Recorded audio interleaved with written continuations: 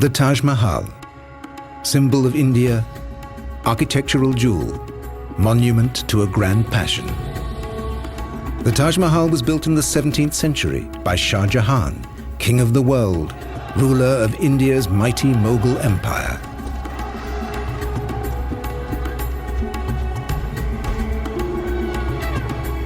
This great warrior king gave the world an architectural masterpiece of a kind it had never seen before. This is how it came to be made.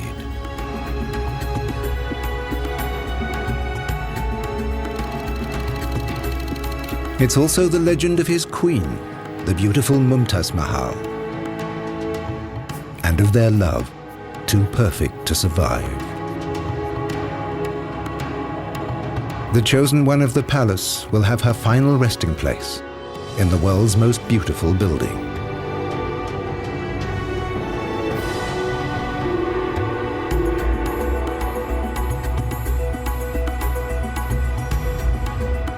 But the magnificent chambers of the Taj Mahal hide a secret.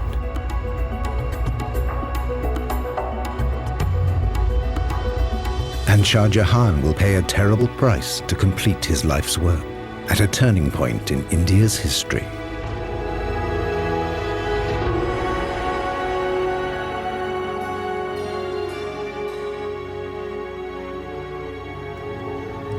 Today, the Taj Mahal is one of the world's greatest tourist attractions. Every year, more than 3 million people come to see humanity's loveliest building with their own eyes. But for the Indian nation, the Taj Mahal is much more than an architectural masterpiece. This is one of the monuments that makes India what it is, that gives the people their identity. It makes them proud. This building is a symbol for the whole nation. The Taj Mahal was built in one of the most glorious periods of Indian history. The time of the Mughals, with their mighty empire and fabulous riches. Its creator, a man who dedicated his life to a dream, great Mughal Shah Jahan.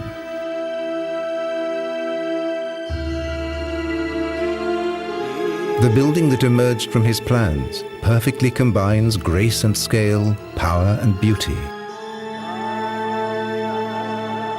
The Taj Mahal, crown of the palace. The inner sanctum of the Taj is a tomb for Mumtaz Mahal, the love of Shah Jahan's life. In her memory, the great Mughal created this eternal love poem in stone. The building of the Taj commenced in 1632. An army of elephants began dragging construction materials to the Mughal capital.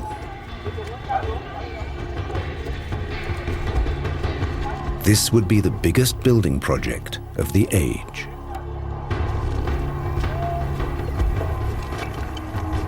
In a few short years, the shell of the Taj Mahal was complete,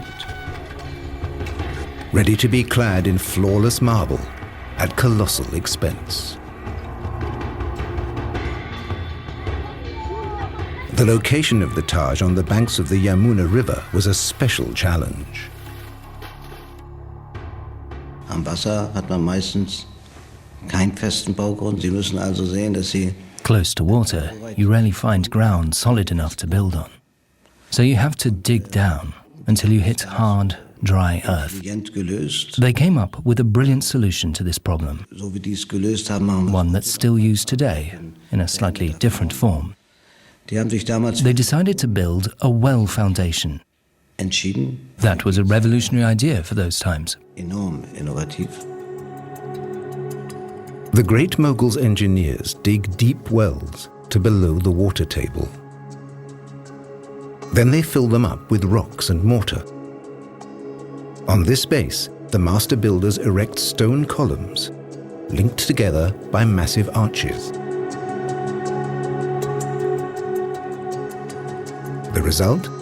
A solid mountain of stone to support the foundation slab of the building.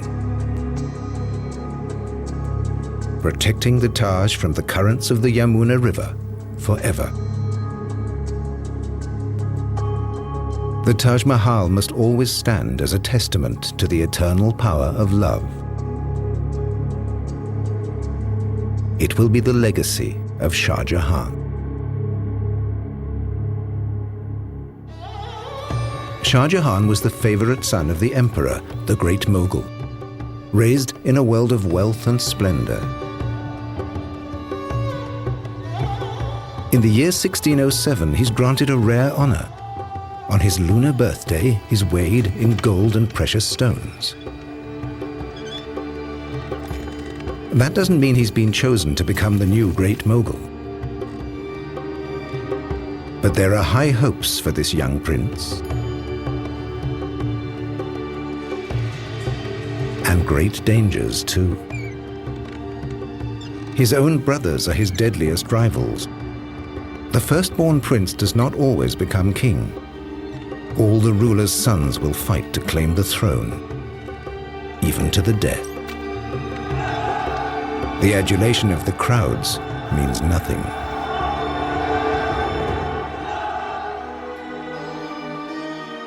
The court chronicles will be our guide to Shah Jahan's life, to its triumphs and disasters.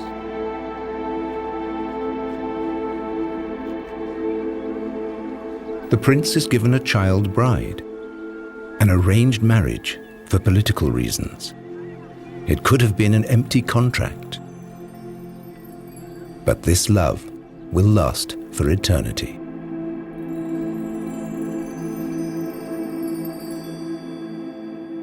Ten years later, the prince is 25 years old.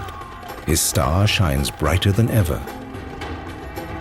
He has fought the enemies of the emperor, winning victory after victory. As a reward, his father gives him the title Shah Jahan, King of the World. The capital of the Mughal Empire is the great city of Agra in northern India, the location of the giant Red Fort, the center of imperial power and one of India's mightiest strongholds. The ruling Mughals and their families live in magnificent palaces inside the fort. Here, the women of his harem see to Shah Jahan's every whim. But his favorite, by far, is his childhood love, Mumtaz Mahal. Shah Jahan calls her the chosen one of the palace. From the chronicles, we know this royal couple were especially close for those times. The impression which one gathers is that there is a strong personal element of personal love. There is a bit of romance. It is usually said that the concept of love is a very European concept, because in the Eastern world you have the emotion of love which is impersonal. Love for deities, love for idols, love for father, love for institutions, love for religion, spiritual love, but not romantic love. But Shah Jahan's memorial to Mumtaz Mahal is the world's most exquisite symbol of romantic love. Every day, countless visitors are enthralled by the Taj Mahal, partly because its Mughal architects used some remarkable optical tricks. The first view of the monument is framed by the main gate. As the visitor moves closer, the Taj Mahal seems to get smaller.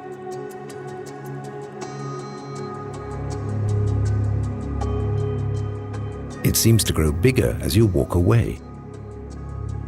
The guides here say, when you leave, you take the Taj with you in your heart.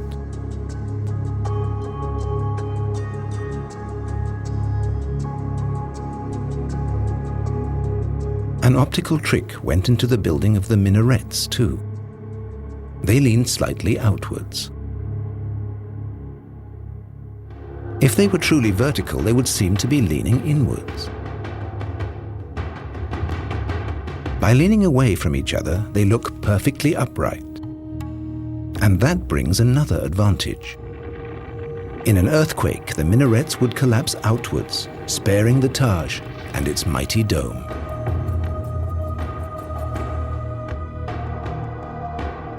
The dome is the crowning glory of the Taj Mahal, the element that makes it so timeless and graceful. Today we have other options. We can build giant supporting structures in steel for a dome like that. We have other materials. They had to solve all their problems in stone. So they laid stone on stone and built up the dome in rings.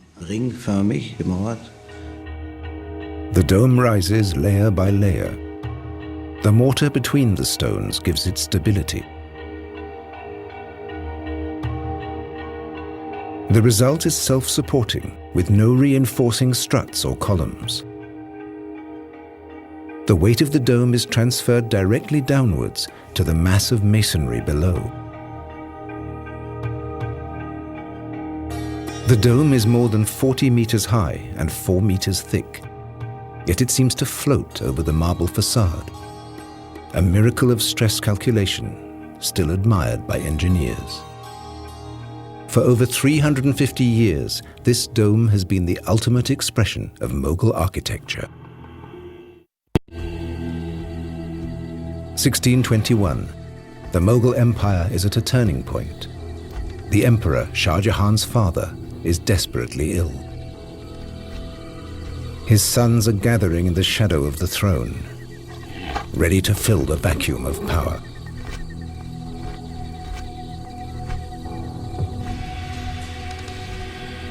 Shah Jahan knows that his moment has come.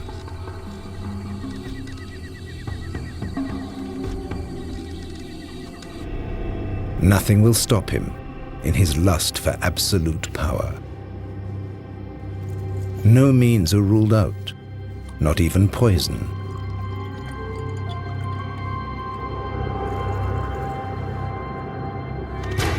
When the great Mughal finally dies, Shah Jahan has his rivals eliminated.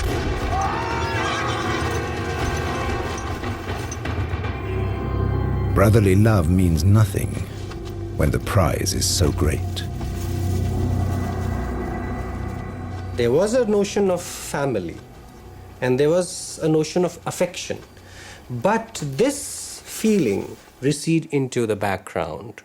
And then that particular vision of acquiring power for yourself and to rule the country or empire as you see fit becomes the rationale behind all the violence that is perpetrated. With his rivals gone, Shah Jahan seizes the throne. He's crowned emperor in 1628 in the Red Fort in Agra.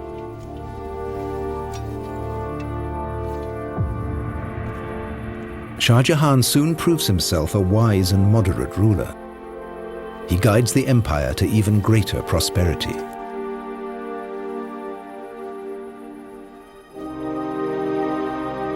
Mumtaz Mahal stays in the background, but she's one of the Shah's most important advisors. This Mughal dynasty seems to have a glorious future. Perhaps it will equal the illustrious past. The Mughals are descended from the greatest warlord of them all, Genghis Khan. Their distant ancestors were fierce warriors of the Asian steppes, the Mongols.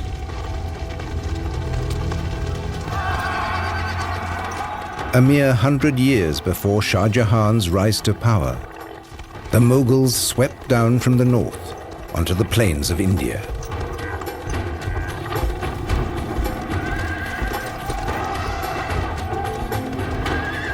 Their cannons crushed one Indian city after another.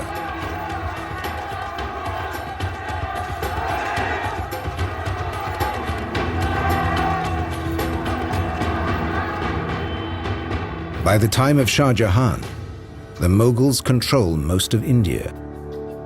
The first time this great land has been unified in nearly 2,000 years.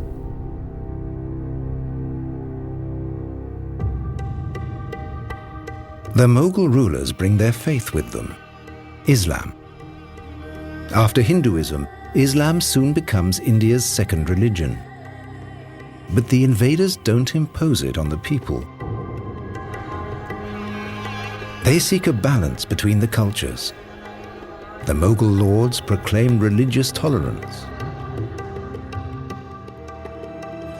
More than 100 million people now see business and industry, science and art flourish. Artists at court portray their rulers as godlike beings.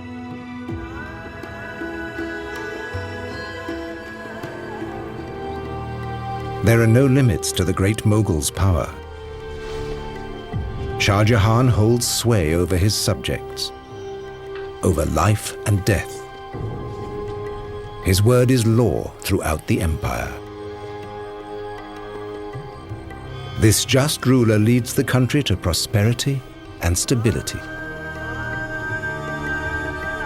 The court chronicle records that Shah Jahan brings the people abundant joy and happiness. Under Shah Jahan, Mughal rule in India reaches its dazzling zenith. But now, his greatest legacy, the Taj Mahal, symbol of the Indian nation, is under threat. This has been a high-security zone since 2006. After bomb threats from terrorists and religious fundamentalists, it's guarded round the clock.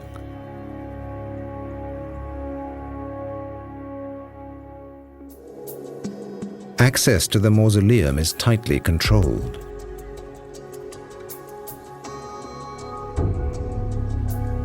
Filming of the magnificent interior is forbidden. No one knows how long the Taj will need this kind of protection.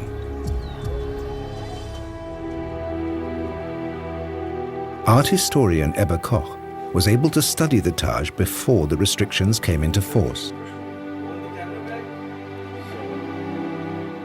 She is the international expert on the building and its history.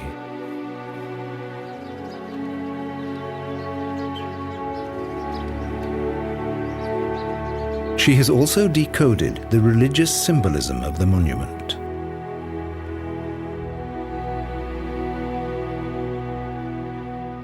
Der Taj Mahal ist eine architektonische Verkörperung von jenem. The Taj Mahal is the architectural embodiment of this life and of the next, according to Islamic belief. The ground plan shows this duality. The complex is split between the tomb garden with its mausoleum and a worldly side meant for bazaars and markets. Das Interessante ist nun, What's interesting is that the worldly side is the mirror image of the mausoleum side. genau nachbildet. The connecting square with the great main gate marks the transition to the tomb garden and opens up the view to the mausoleum. Den Blick auf das Mausoleum. At the center of the mausoleum is the Holy of Holies, the most splendid room in the Taj Mahal, the final resting place of Shah Jahan's bride. Mumtaz Mahal, the chosen one of the palace, leads a luxurious life in the women's apartments of the Red Fort.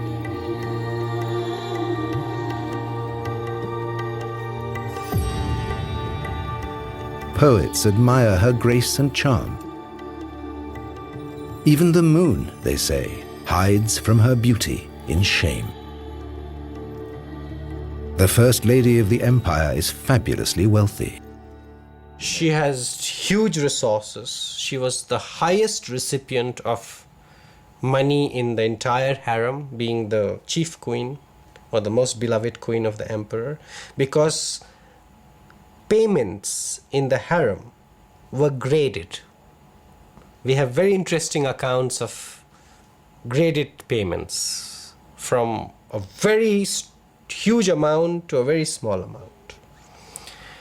And on top of this, there were gifts, very, very exquisite, expensive gifts on various occasions. The riches of the Mughal dynasty are legendary. Both men and women wear jewelry. For the men, it's a sign of nobility. And they give precious jewels to their favorites in the harem.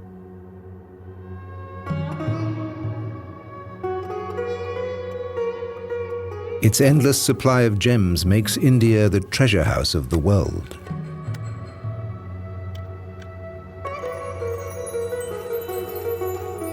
In the Mughal Empire, the Indian art of jewelry reaches its peak. Precious stones decorate statues, furniture, weapons, and fabrics. Even today, works by Mughal craftsmen command the highest prices.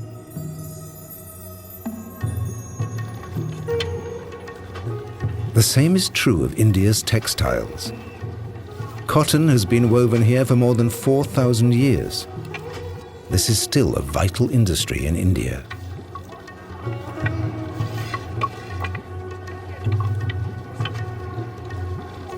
Under the Mughals, India became the world's leading exporter of precious fabrics.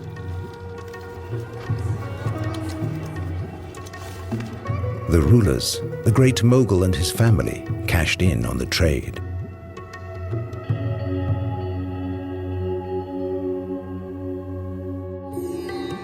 Shah Jahan has a special duty to his dynasty: to produce heirs. His wives in the harem bear him children.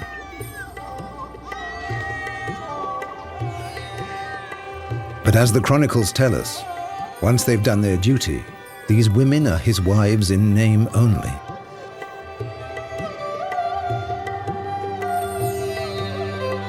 Shah Jahan's harem may once have been a love nest. Soon it comes to resemble a nursery. The harem is not an informal, entirely informal space. It's a space with a certain protocol. It is a space with a certain hierarchy. It is a space with a whole set of rules and regulations. With the empire at peace, there's plenty of leisure time to fill. The Mughals' enjoyment of alcohol and opium is legendary.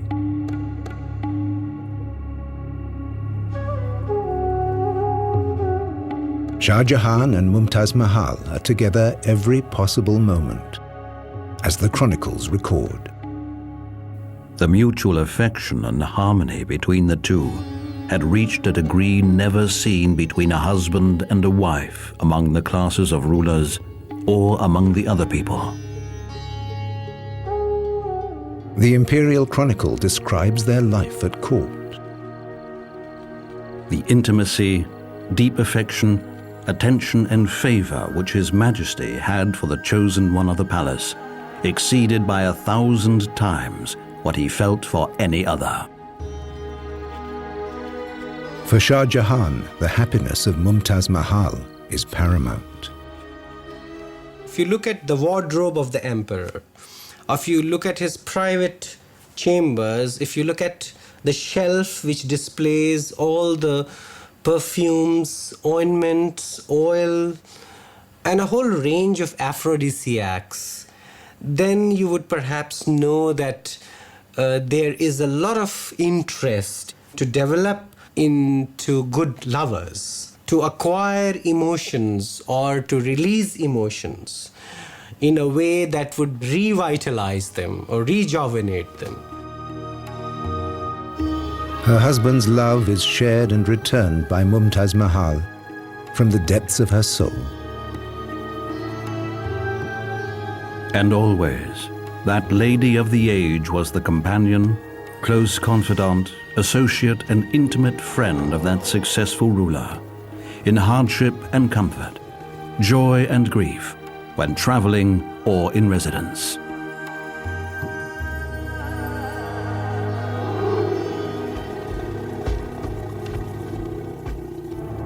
Fortune smiles on the king of the world. But not for long.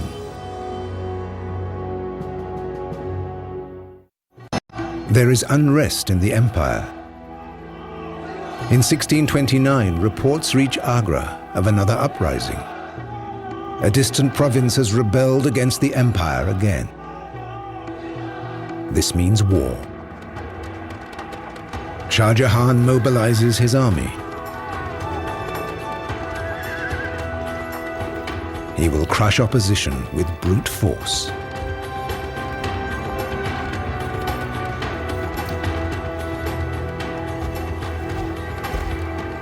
Day after day, week after week, the Mughal army blazes a trail across the Indian plains. Nearly 2 years of forced marches follow for Shah Jahan's soldiers. But nothing will tear Mumtaz Mahal from her husband's side.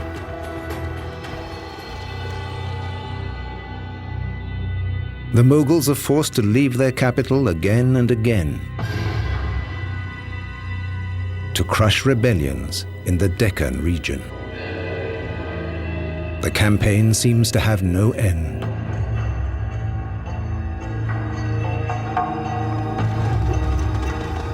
The great Mughal still puts his faith in his cannons, the latest superweapons imported from the Turkish Empire. His soldiers haul them over mountains and across the roughest terrain, shattering city walls,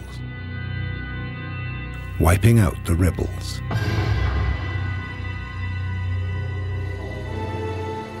But his string of victories is interrupted by tragedy. In the midst of the campaign, Mumtaz Mahal falls pregnant with the emperor's child. But there are complications at the birth. For once, the king is powerless. As his bride weakens, the great Mughal can do nothing but pray. The court chronicle recorded the sad events.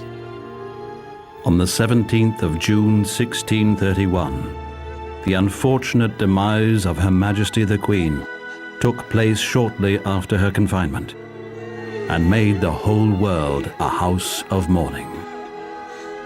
Mumtaz Mahal dies after the birth of her 14th child. Shah Jahan's world has come to an end.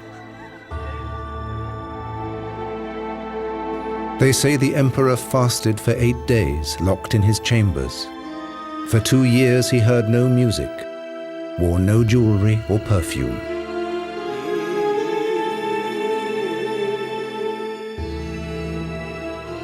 His hair and beard had turned grey. He looked older, much older than what he looked when he went into confinement or statutory mourning. So surely this must have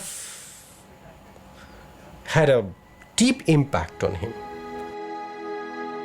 Before she died, legend says, Mumtaz Mahal made a wish for a mausoleum more sublime than any the world had seen.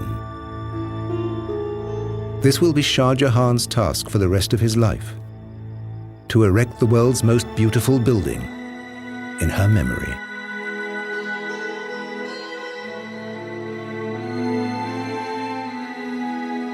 The Taj Mahal stands in a long tradition of fabulous memorials in India. Shah Jahan's predecessors had constructed many gorgeous mausoleums.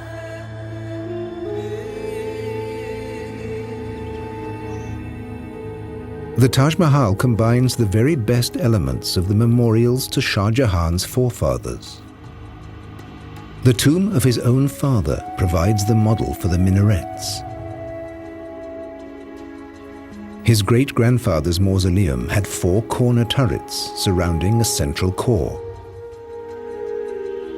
The 4 mighty portals are inspired by his grandfather's tomb.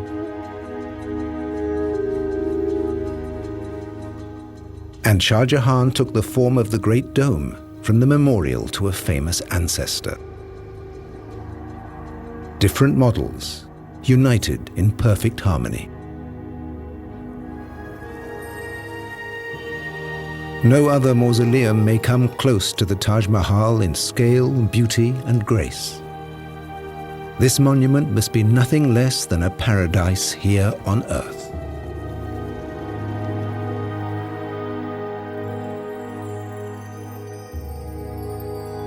Symbolism carved in stone and marble. A heavenly memorial to the Queen of the world. Or as a poet described it, a teardrop on the cheek of time.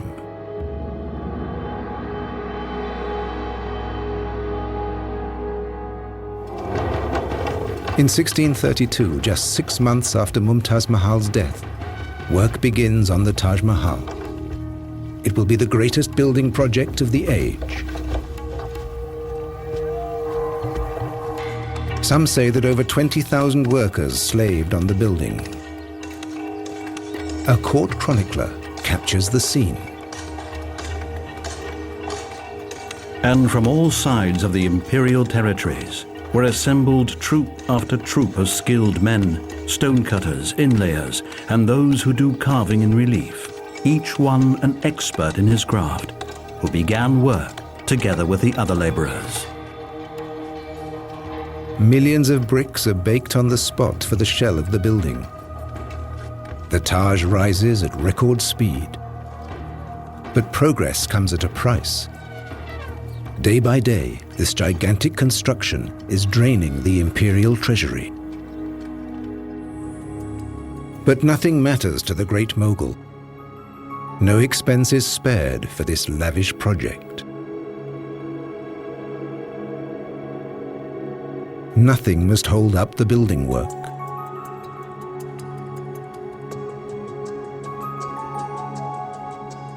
Even if the people suffer terribly for the emperor's devotion. Shah Jahan created an artificial famine when he diverted the supply of grain towards Agra, when it was meant for a different place. The regular supply of grain was diverted to feed a huge population of artisans, craftsmen, laborers, merchants, officials, servants. Such monuments cannot be built by a few individuals. Today, no one remembers the ordeal of the people. Only the sublime result. The color scheme of the Taj Mahal is deeply symbolic. The worldly elements and other buildings are all clad in red sandstone. White is reserved for the mausoleum. This is to be a building of enlightenment, an earthly representation of the heavenly house where Mumtaz Mahal will live for eternity.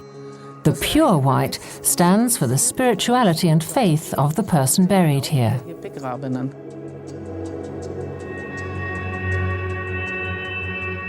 The white marble for the Taj Mahal comes from quarries at Makrana in Rajasthan, still in use today.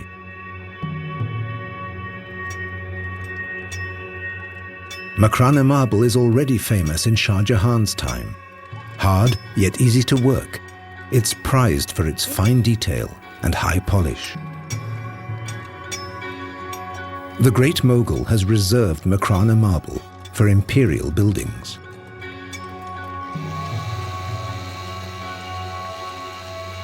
The marble slabs are carried more than 400 kilometers to the site of the Taj Mahal.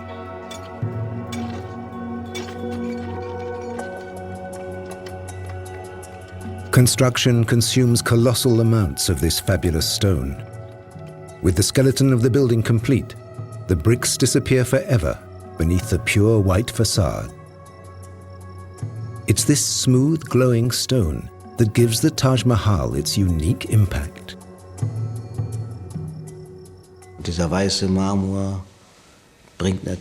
Of course, it's this white marble that gives it its beauty, its lightness, that sense of floating. These are means of expression available to an architect, just as words are used by a poet. Right beside the marble edifice, the gardens begin. Der Garten The garden is the heart of the Taj Mahal. stellt ein It's an earthly picture of the paradise of the Quran. die Grundfläche Two paths divide the terrain into 4 squares. geteilt und die Kanäle The channels along the paths represent the rivers of paradise in the Quran. wie sie der Koran Where the channels meet, there's a pool. Gartens münden die This is symbolic of the celestial pool where the faithful quench their thirst when they arrive in paradise. Durst stillen, wenn sie ins Paradies einziehen. True to Mughal tradition, the mausoleum and garden form an indivisible unity. And the interior of the mausoleum itself is modelled after the 8 paradises of the Quran. 8 chambers surround the central space beneath the dome. Mumtaz Mahal's coffin lies here. Before long, it attracted pilgrims from far and wide. Even today, the graves of deeply pious Muslims attract thousands of pilgrims. The flowers on the graves recall the Prophet Muhammad.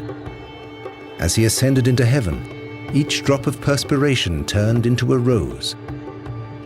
The faithful pray to the departed, asking for their divine intervention. Indian Muslims are drawn to the sumptuous memorials of the Mughal rulers in the same way.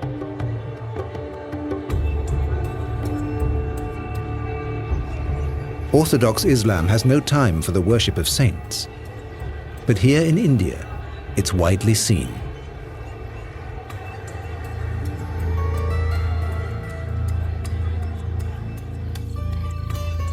The Mughals brought Islam to the subcontinent, but they didn't interpret the Quran rigidly.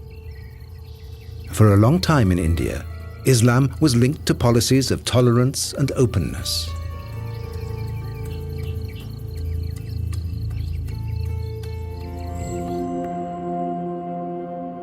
Under Shah Jahan, that tolerance and openness reaches far beyond India's borders.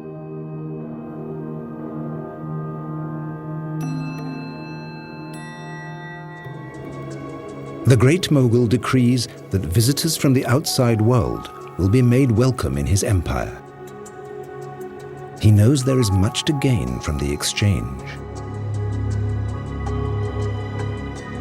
So, travelers from east and west are regularly seen at Shah Jahan's court.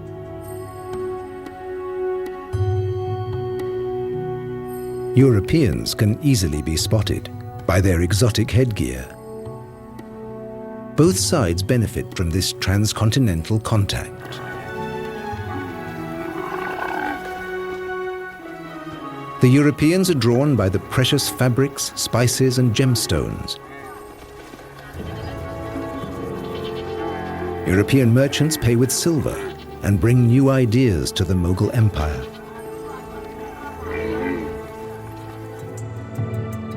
The Taj Mahal itself demonstrates the links between India and Europe.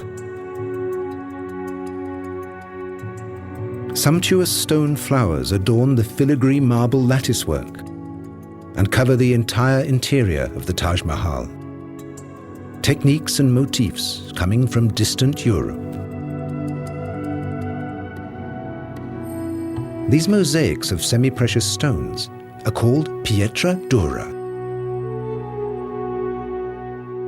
In Petra Dura, for instance, one doesn't know whether Petra Dura came directly from Europe or came via some intermediary zone, but nevertheless, it was something which really tickled the imagination of Shah Jahan. And he used it in a very interesting way in which the building really looks like a treasure chest. Pietra dura is Italian for hard stone. In the Renaissance, these precious inlays decorated palaces. This craft of stone cutting traveled from Italy to India, where it experienced a new heyday.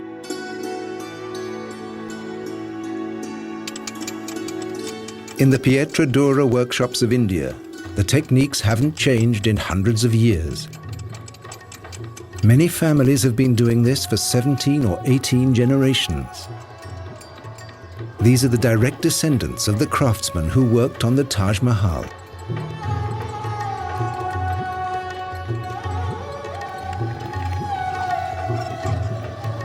Pietra Dura is a tough craft to master. The mosaics are made of tiny colored stones set into marble. A craftsman cuts hundreds of stones for a single mosaic, each shaped and positioned with perfect precision. He needs just as much skill to carve the flower shapes into the marble, creating the setting for the precious stones. After the final delicate corrections, a special glue sets the stones in their recesses.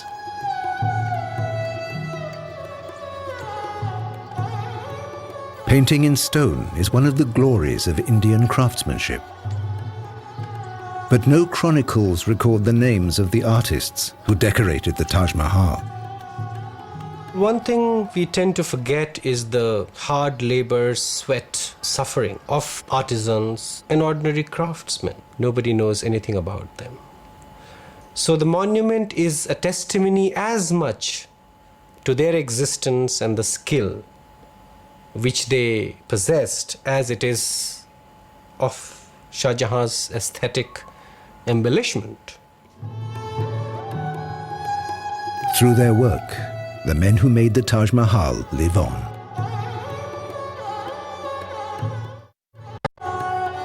(1643). The Taj Mahal is finished. It has taken 12 years. In spite of difficulties and obstacles, Shah Jahan has accomplished his dream. The chosen one of the palace rests in a shrine worthy of her name.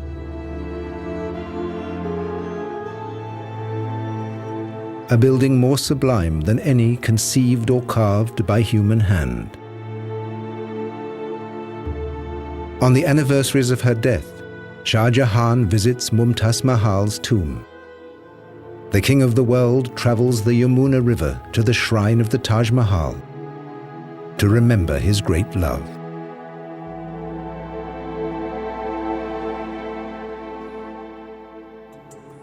The Taj Mahal conceals a final mystery.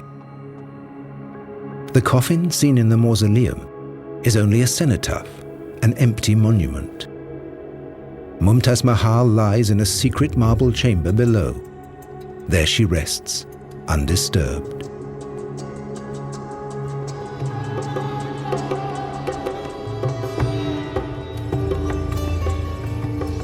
After finishing the Taj Mahal, Shah Jahan rules these lands for 20 more years. But his reign will see an inglorious end.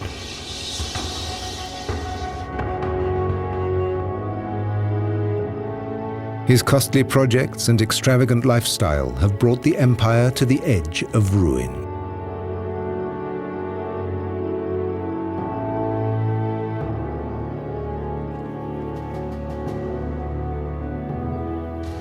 In 1658, the king of the world is toppled from the throne, deposed by his and Mumtaz's own son to save the empire from his extravagance.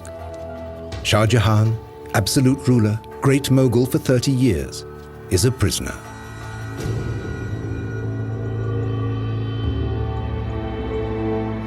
He's held captive in the Red Fort. He will never leave it again. In the evening, a servant reads him stories of the heroic deeds of his youth, epics of bravery and power, struggle and triumph. A long, long time ago.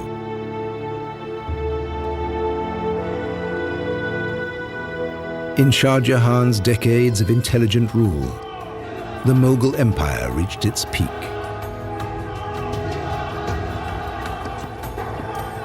No one succeeded in challenging his infinite power.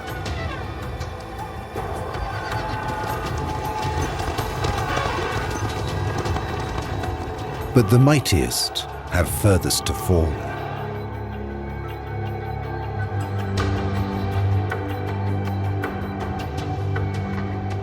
Just one comfort remains to Shah Jahan. In the distance, from his prison window, he can see the gleaming monument of his beloved. He cannot forget his passion for the chosen one of the palace. Their happiness was mortal. Their love was for eternity.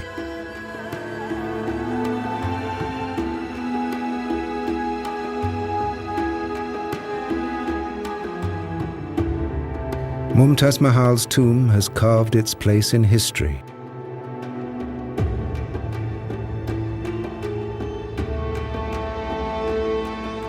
Shah Jahan will also find his last resting place here. In 1666, at the age of 74, Shah Jahan dies. His chronicle ends with the words, "The king of the world has died." The body was taken by river to the magnificent tomb of the late Queen Mumtaz Mahal. Shah Jahan is reunited with his chosen one of the palace. Their legacy will make them immortal. The most perfect building in the world.